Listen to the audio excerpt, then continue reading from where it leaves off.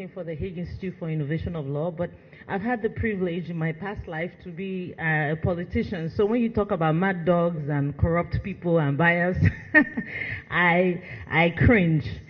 The judiciary should not be seen mingling with politicians. Who are the judiciary? They're Nigerians.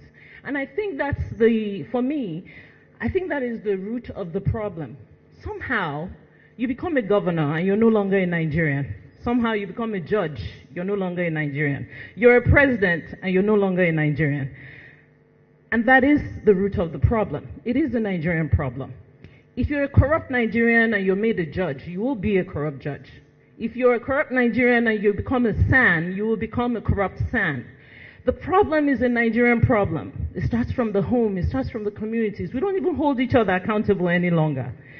So, sir, I equally have a question for you. Perhaps we should legislate who people marry. Why should a prominent politician's wife be able to be a judge? It should be against the law. You see somebody that I laugh at it. He's a prominent politician, and his wife climbs up and becomes a Supreme Court justice. We have to regulate these things. And some people will say, how can you regulate love? You're not regulating love, you're regulating sanity and discipline. If your wife needs to be a judge, then you need not be an elected official. You must pick one. Let us get serious. Let us get serious. You hear court judgment,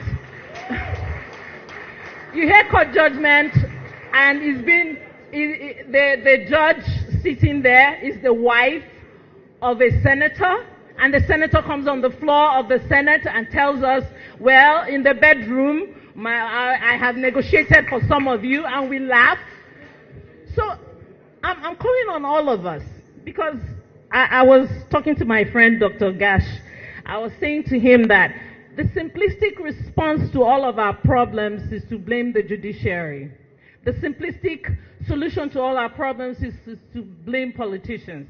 If I didn't tell you today that I am a politician, or I was a politician before I went on sabbatical, I don't look like one. I don't speak like one.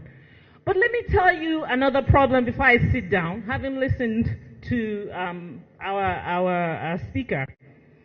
The bigger problem is, I have to humbly tell you that the politicians you see on your television, in the Senate, the National Assembly, are finished products of a very corrupt route.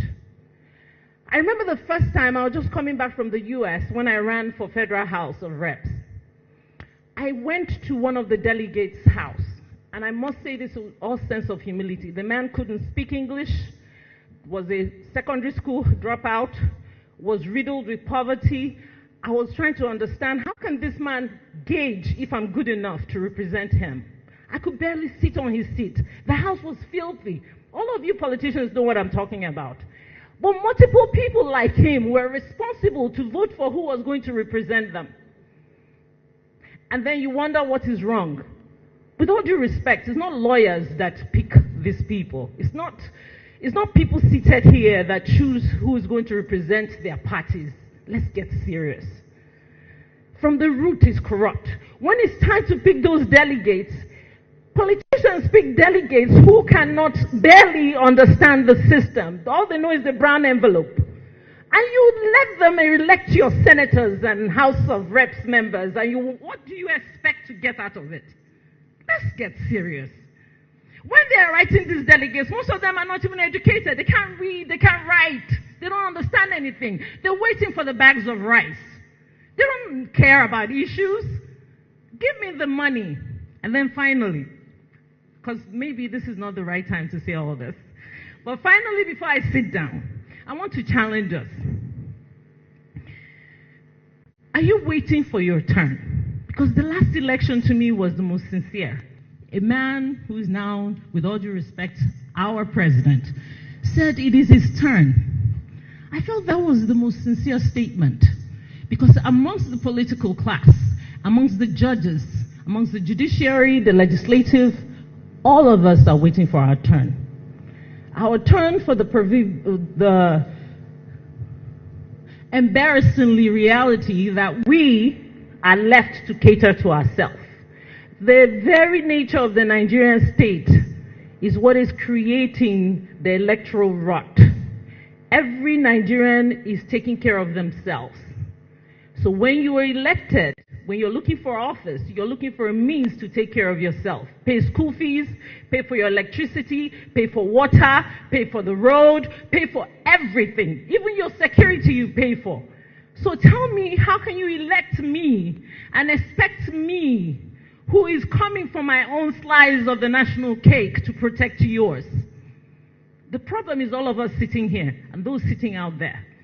It may be simple to hold the judiciary responsible, but what I hold them responsible for, with all due respect, is before you became a judge, you were a Nigerian. And sir, because you're the governor we're seeing, you were once a governor, and now you are the chairman of the ruling party. Before all of that, you were a Nigerian. Let's think about Nigeria first. Thank you very much.